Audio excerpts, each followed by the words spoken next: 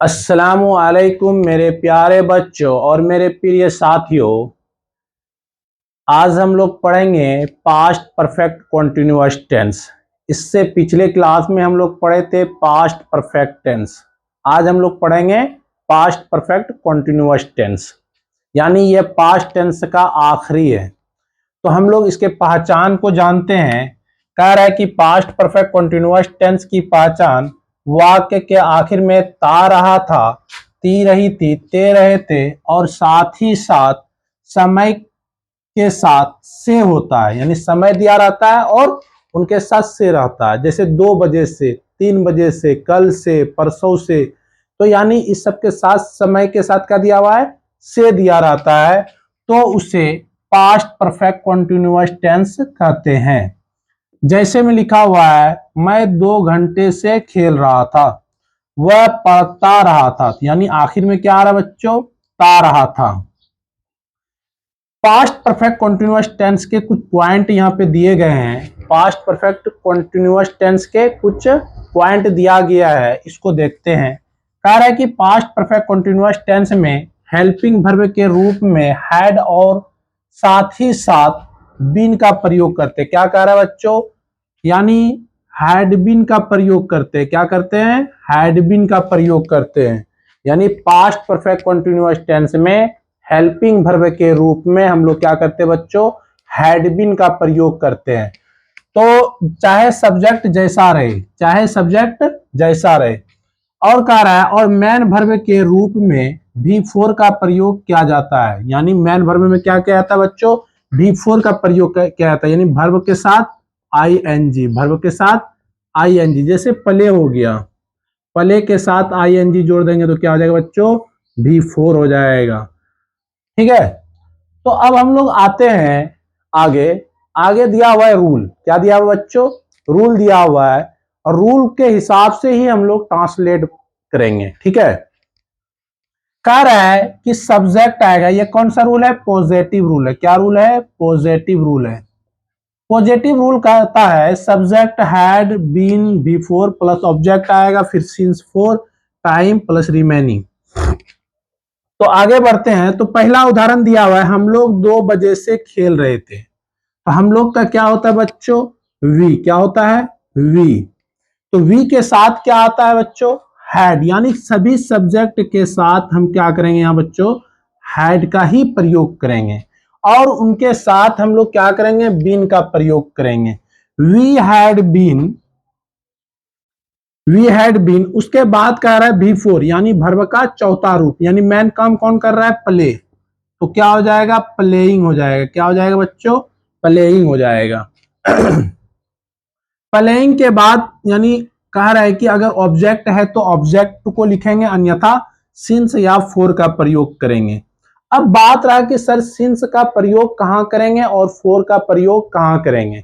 Since का प्रयोग fix time के लिए करेंगे, यानी जिसमें जो है कंफर्म टाइम दिया हुआ है, जैसे कि 2 बजे से, 3 बजे से, या 1958 से, या 1976 से। इसके लिए हम लोग क्या करेंगे बच्चों, सिंस का प्रयोग करेंगे। और फोर का प्रयोग हम लोग अनिश्चित समय के लिए करेंगे, यानी कोई निश्चित नहीं है। जैसे हम बोलेंगे 2 घंटे से मैं पढ़ा रहा हूं, या 2 घंटे से खेल रहा हूं, तो यह सब निश्चित नहीं है। यह क्या है, निश्चित नहीं है, इसलिए यहाँ पे फोर का प्रयोग करेंगे। तो यहाँ पे लिखा हुआ है कि 2 बजे से खेल रहा हूं, खेल रहे थे, यानी हम लोग 2 बजे से खेल रहे थे। तो 2 बजे क्या है, फिक्स है, तो यहाँ पे क्या लगेगा बच्चों, सिंस लगेगा। क्या लगेगा, सिंस। अब कितने बजे से, 2 बजे से, तो क्या हो जाएगा बच्चों, 2 o'clock। ठीक है, नेक्स्ट है मेरा भाई सुबह से दौड़ रहा था। अब मुझे यह बताओ बच्चों कि सुबह शाम दोपहर यह सब क्या है, फिक्स है। यह क्या है, फिक्स है। इसके लिए हम लोग क्या करेंगे, सिंस का प्रयोग करेंगे। क्या करेंगे बच्चों, सिंस का ही प्रयोग करेंगे। तो मेरा भाई, तो क्या हो जाएगा बच्चों, my brother had been, my brother had been, my brother had been, दौड़ रहा है, यानी सुबह से दौड़ रहा है, तो मैन वर्ब आएगा रनिंग। रनिंग। फिर उसके बाद my brother had been running. अब यहां पे क्या लगेगा बच्चों, सिंस लगेगा। क्या लगेगा, सिंस। यानी सिंस इसलिए लगाते हैं कि ये सुबह शाम दोपहर ये सब फिक्स है।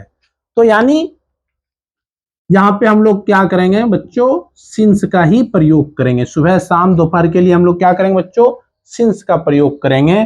तो माई ब्रदर तुम्हारा क्या हो गया, सब्जेक्ट हो गया, ये हेल्पिंग वर्ब है, और बीन आना था क्योंकि ये पास्ट परफेक्ट कॉन्टिन्यूअस टेंस है। रनिंग तुम्हारा B4 हो गया। सिंस तुम्हारा क्या हो गया, यानी सिंस आ रहा है, क्या है कि रूल बेकार है कि या तो सिंस आएगा या तो फॉर आएगा। ये किसके लिए आया है सिंस, यानी मॉर्निंग के लिए आया है। ठीक है, तो यह तुम्हारा क्या हो गया, टाइम हो गया। क्या हो गया, टाइम। ठीक है, अब हम लोग आगे बढ़ते हैं। आगे है तुम्हारा निगेटिव रूल। क्या है बच्चों, निगेटिव रूल। निगेटिव रूल क्या कहता है, हम इसको देखते हैं। सब्जेक्ट के बाद हैड आएगा, नॉट आएगा, फिर बीन आएगा, B4 आएगा, ऑब्जेक्ट आएगा, सिंस या फोर आएगा, टाइम प्लस रिमेनिंग।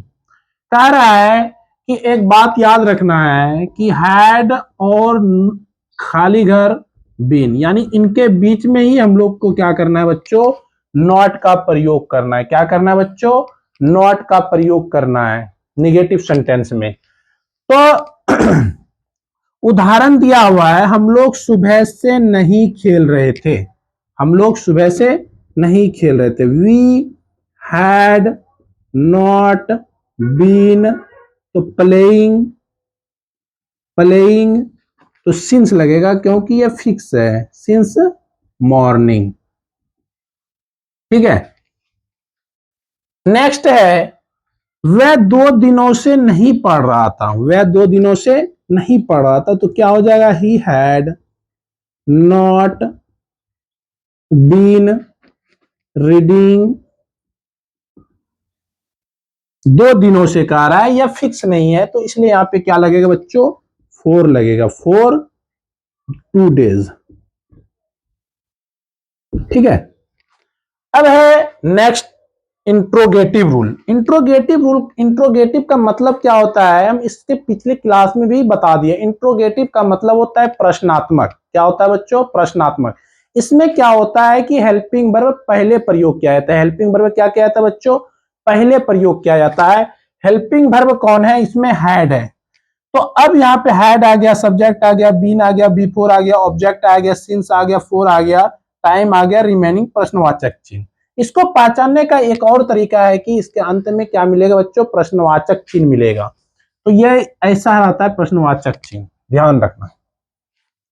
तो पहला उदाहरण है, क्या हम लोग सुबह से खेल रहे थे। तो क्या कह रहा है, तो हम क्या करेंगे, हैड, हम लोग had we been playing, playing since morning, since morning. और अंत में क्या मिलेगा बच्चों, प्रश्नवाचक चिन्ह। हैड तुम्हारा हेल्पिंग वर्ब है यहाँ पे, और यह तुम्हारा सब्जेक्ट है। बीन तुम्हारा क्या है, इनके अनुसार आया है क्योंकि पास्ट परफेक्ट कंटीन्यूअस टेंस है। सिंस आया है क्योंकि यह फिक्स टाइम इनके लिए आ रहा है सिंस, यानी यह तुम्हारा क्या है बच्चों, टाइम है।